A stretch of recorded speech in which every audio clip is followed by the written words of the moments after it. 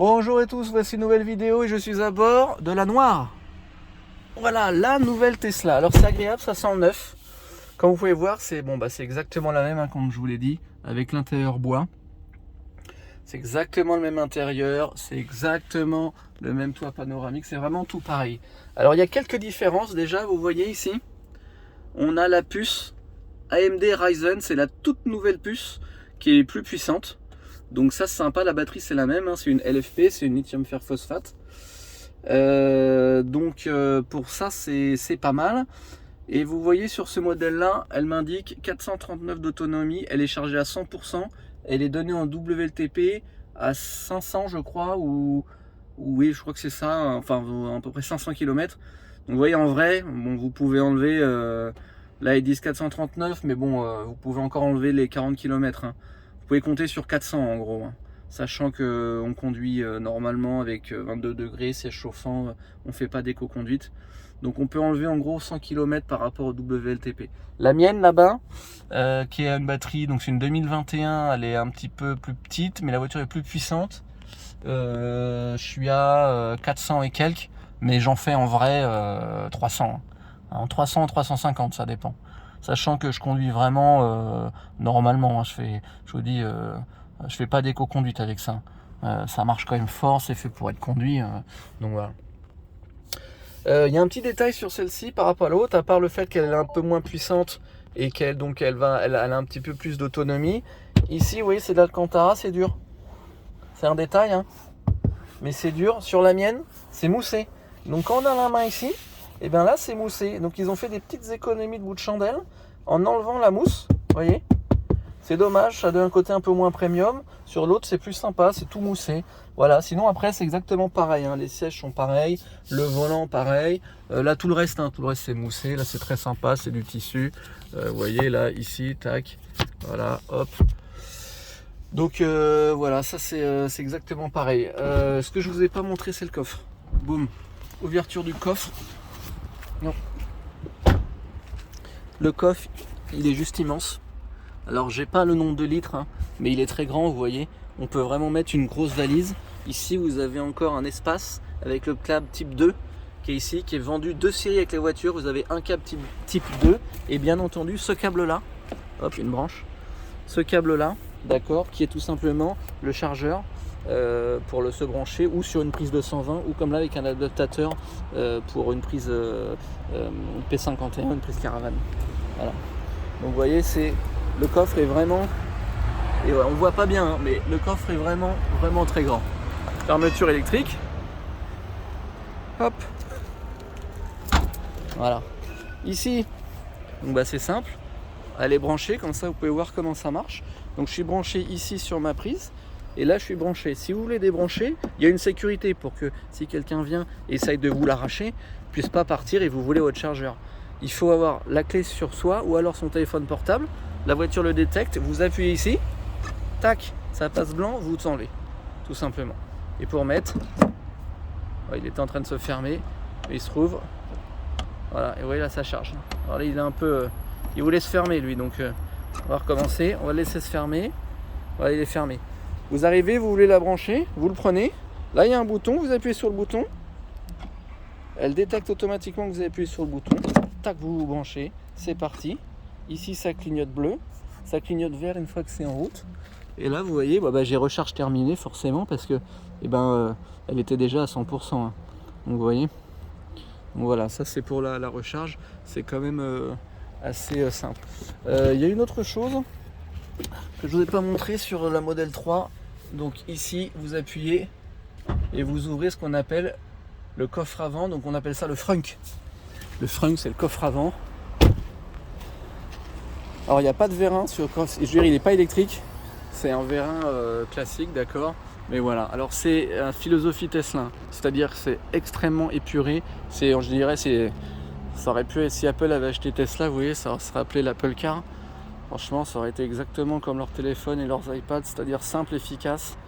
Ici, vous avez le kit, non pas de survie, mais en cas de crevaison, avec un gilet jaune, avec un triangle, etc. Que j'ai même pas ouvert encore, vous voyez. Là, vous avez la barre pour tirer votre voiture si vous êtes en panne. Ici, alors ça c'est typiquement américain. C'est le bouton, je sais pas si on voit bien.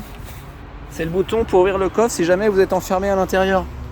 Parce que c'est un peu des parano les Américains. Donc si jamais vous êtes enfermé à l'intérieur, et ben vous appuyez là-dessus et vous déverrouillez le coffre. Il y a la même chose à l'arrière. Il y a une tirette dans le coffre, exactement la même chose. Les seuls liquides que vous avez à faire, liquide lave-glace. Pourquoi ? Parce qu'il n'y a pas d'entretien sur cette voiture. Il faut savoir que la batterie, elle est bien entendu refroidie. C'est un liquide qui est à vie dans la voiture, qui est en circuit fermé et avec donc un radiateur, hein, comme pour une voiture, le refroidissement d'une voiture normale. Et il y a pas de, vous n'avez pas de niveau à faire, rien, à moins si ça fuit. S'il y a une goutte au sol, c'est qu'il y a un problème. Et encore, des fois, ça peut être la condensation quand vous chargez en superchargeur. Mais sinon, il n'y a rien à faire. Vous mettez du lave-glace. Moi, ma voiture, ça fait 1 an et demi que je l'ai. J'ai 40 000 km et j'ai mis du lave-glace. Et au 1 an de la voiture, normalement les voitures c'est tous les ans ou tous les 20 000 km à peu près sur une voiture thermique classique, bah là il n'y a rien à faire, rien. Vous recevez un mail de Tesla qui vous dit est-ce que vous êtes toujours content de votre voiture ? Merci, au revoir. Voilà, donc rien à faire. Entretien Tesla, il n'y a rien. Et il n'y a même pas les freins parce que vu que c'est ce qu'on appelle la conduite à une pédale, c'est-à-dire que lorsque vous lâchez l'accélérateur, la voiture freine et régénère, utilise la puissance du moteur pour régénérer, donc envoyer de l'énergie, de l'électricité dans votre batterie, et en même temps du coup ça fait ralentir votre voiture. En fait ça fait comme un alternateur quoi, si vous voulez, moteur s'inverse en fait. Du coup vous n'utilisez même pas les freins. Donc là la voiture, vous voyez, elle a 40 000 km. Je vais vous filmer les disques, ils sont neufs. Je sais pas si vous voyez, ils sont neufs. Ils sont neufs. Voilà, ils sont neufs. 40 km, ils sont neufs. Donc là, les freins, vous les ferez jamais. Autant vous dire, à moins vraiment de faire du circuit, mais avec ça, c'est pas trop fait pour. Plus avec la modèle perf. Sinon voilà. Ici, vous vous demandez qu'est-ce que c'est que cette étiquette ? Eh ben, c'est tout simple. Regardez, il suffit de déclipser. C'est des petits clips, vous voyez ? Là, vous avez la ventilation. Et là, ici, vous avez un câble. Et en cas de feu, en cas de problème, les pompiers, vous voyez, c'est la petite étiquette. Ils savent qu'à ce niveau-là, là où il y a l'étiquette, vous voyez où est dessinée la petite pince, il faut couper. Et en coupant là, ça coupe toute l'alimentation de la voiture. Alors c'est pas un câble de puissance, hein. C'est un tout petit câble. Hein. D'ailleurs, on voit comment c'est fait en Chine. Hein. Elles sont faites à Shanghai ces voitures. Ouais, c'est pas bon, c'est pas extraordinaire, mais bon, on va dire que ça va le faire. Il coupe ici et du coup, ça désactive totalement le véhicule. Là vous avez la puce, et alors sur cette voiture, alors c'est marrant, je la vois pas, mais il y a, elle est là la batterie. Il y a une batterie à 12 volts classique, comme les voitures normales. Alors c'est une bonne question, où est-ce qu'elle est ? Où est-ce qu'elle est ? Elle est pas là, bon bah vous me direz dans les commentaires où est-ce qu'elle est. Mais normalement il y a une batterie, à moins que ce soit celle-là, là ? Non. Ah si. Ah, ils ont mis une batterie lithium, intéressant ça. J'ai l'impression que la batterie 12 volts est là et a été remplacée par une batterie lithium. Regardez ce qu'on va faire. On va faire en direct. On va faire en live. On va regarder la différence. J'ouvre mon frunk. J'ai l'impression qu'ils ont remplacé la batterie 12 volts par une batterie lithium. Là, on tire comme un sauvage. Ah oui, regardez. Alors pareil, hein, l'étiquette. D'accord ? On voit bien, il y a quelques petites différences. Là, nous avons une magnifique araignée américaine. Pas du tout. Une araignée de chez moi. Regardez la batterie. Batterie 12 volts classique. Donc plus grosse, plus lourde. Ok, tout le reste c'est pareil, d'accord. Liquide de frein ici, lave-glace. Batterie 12 volts. Et sur l'autre, on a une toute petite batterie 12 volts lithium. Donc beaucoup plus légère, beaucoup plus petite. Voilà, vous voyez, ça fait partie des différences entre l'ancienne et la nouvelle. Après, pour remettre, c'est tout bête. Hein. Non, c'est clipsé. Donc vous voyez, on n'hésite pas. Ah, c'est l'américain. C'est le rêve américain, c'est clipsé. Ça, on appuie comme un bœuf, ça se ferme. Et là, on fait exactement pareil. Là, c'est aussi l'Amérique. Oh, si je pète la voiture, ça va pas le faire. On va la mettre. Là, ça se clip d'une façon extrêmement sauvage. Voilà, quand ça fait clac, c'est toujours qu'il y a de la vie. Pareil, hein, le kit, ça. Et ici, vous voyez, j'ai un petit adaptateur, j'ai laissé dans la voiture. C'est un adaptateur, en fait, 220 que vous fixez sur votre votre chargeur. Ça vous permet d'avoir ou une prise de 120 ou comme j'ai mis moi là-bas, une prise type P51, prise bleue type Caravan, d'accord? Donc je pense que vous avez compris. Au niveau des phares, ce sont des LED, ce sont des feux, comment dire, je sais pas comment appeler ça, active LED, vous savez, c'est plein de petites diodes qui peuvent écrire des lettres ou des choses comme ça. Quand on actionne le show par exemple Tesla, il y a le mot Tesla qui s'affiche devant la voiture.